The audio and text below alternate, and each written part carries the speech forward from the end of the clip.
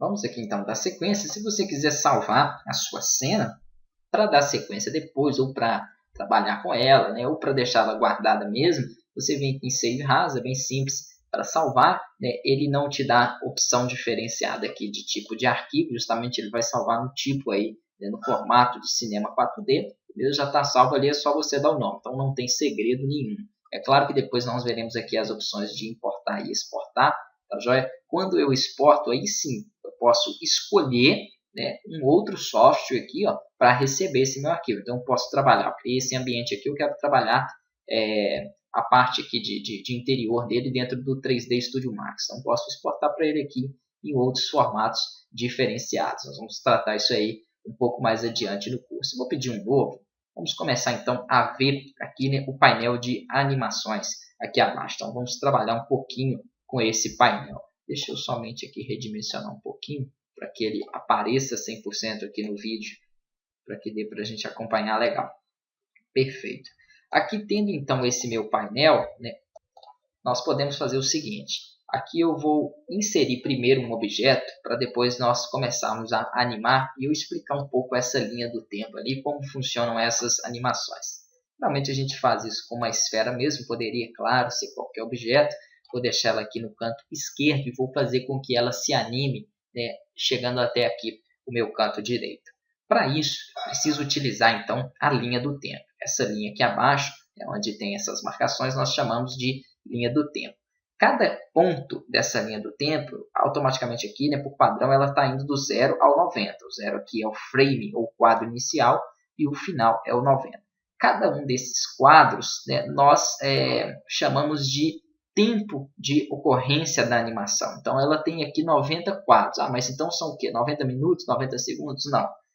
Cada software, cada programa, ele tem a sua configuração específica. Geralmente, o padrão utilizado são 24 desses quadros, ou 24 frames por segundo. Então, a cada 24 quadros aqui, eu tenho 1 segundo de animação.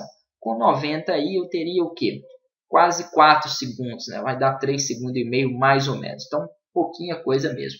É claro que eu posso então aumentar ou diminuir esses quadros. Basta eu jogar um outro valor aqui, que ele transforma para mim então a minha animação com 100 quadros iniciais. Por enquanto nós não vamos utilizar, né, muito disso aí. Vou deixar aqui 90 mesmo, que é o padrão.